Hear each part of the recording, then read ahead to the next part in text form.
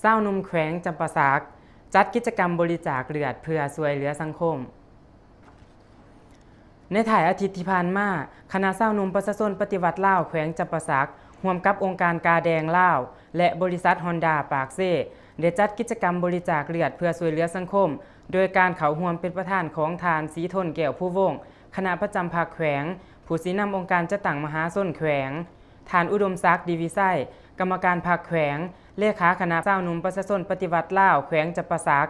มีบรรดาหัวหน้าองค์การกาแดงลาวอำนวยการบริษัทฮอนดาปากเซ่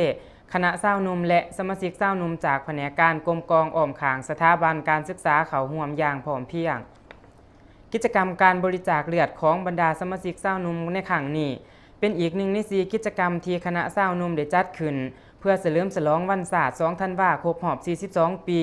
และวันขายวันเกิดของทานไก่สอนพรหมวิหารครบรอบ97ปีให้มีบรรยากาศคึกคืนเต็มไปด้วยความหมายความสำคัญผ่านการจัดตั้งปฏิบัติตัวจริงเห็นว่าได้มีสมาชิกเศร้าหนุ่มจำนวนหลวงหลายที่มาจากแผนกการสถาบันการศึกษาอ้อมขางแขวงได้มีความสนใจและได้มีส่วนร่วมในการบริจาคเลือดซึ่งผ่านการจัดกิจกรรมดังกล่าวแม้นสามารถได้รับบริจาคเลือดทั้งหมด74ถุงซึ่งเลือดดังกล่าวจะนำเข้าไปไว้ที่ศูนย์เลือดขององค์การกาแดงเพื่อนำไปช่วยเหลือผู้ประสบเคราะห์ร้ายหรือคนเจ็บที่ต้องการเลือดด่วน